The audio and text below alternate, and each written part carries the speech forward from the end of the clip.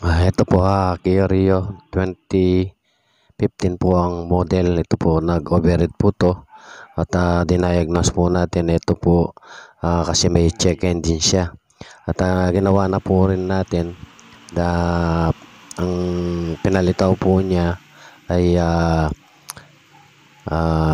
crankshaft sensor. Unang pinalitaw niya, sa pangalawa ang pinalitaw niya ay ECT. Yan po yung sensor sa ECT ang pinalabas niya. At pinalitan na rin po natin yung sensor na yan, yung ECT, at hindi pa rin nawala yung check engine. Kaya ang ginawa natin,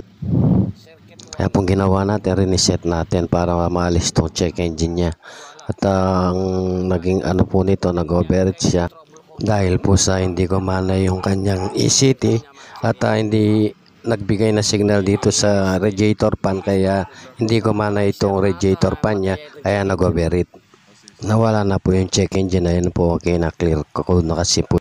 Ipapaliwanag din po natin itong dalawang sensor na to at kung anong trabaho niya.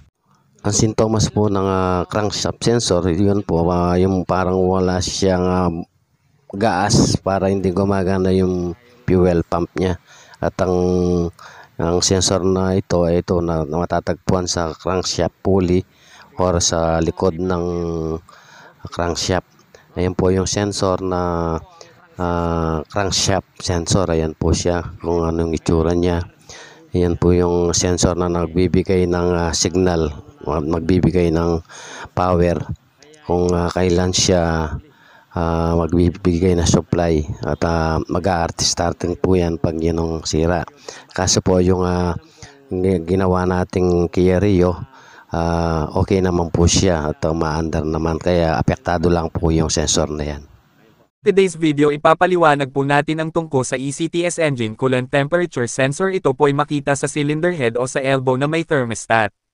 Ang ECT siyang commanding sa radiator para gumana ang fan ng radiator, at siya rin ang magbibigay ng signal sa computer box para malaman ng computer na ang engine ay mainit na at magbibigay ng signal itong computer sa ECT, at computer din ang magbibigay signal sa computer box na nasa normal na init na ang engine. Kaya magkakatop na naman itong ECT at mamamatay itong radiator fan dahil malamig. Dahil po malamig na yung makina. Yun po yung trabaho ng dalawang sensor na yan, yung ECT at ang crankshaft sensor. Salamat po. Ngayon, i-erase te. Nang-erase na lang problema niyan. Alay sir, bakit mataya itong check engine mo? Sige. Ayan po, okay na po siya. At sana po meron po akong nabibigay na kahit konting kaalaman sa konting knowledge ko po. Salamat.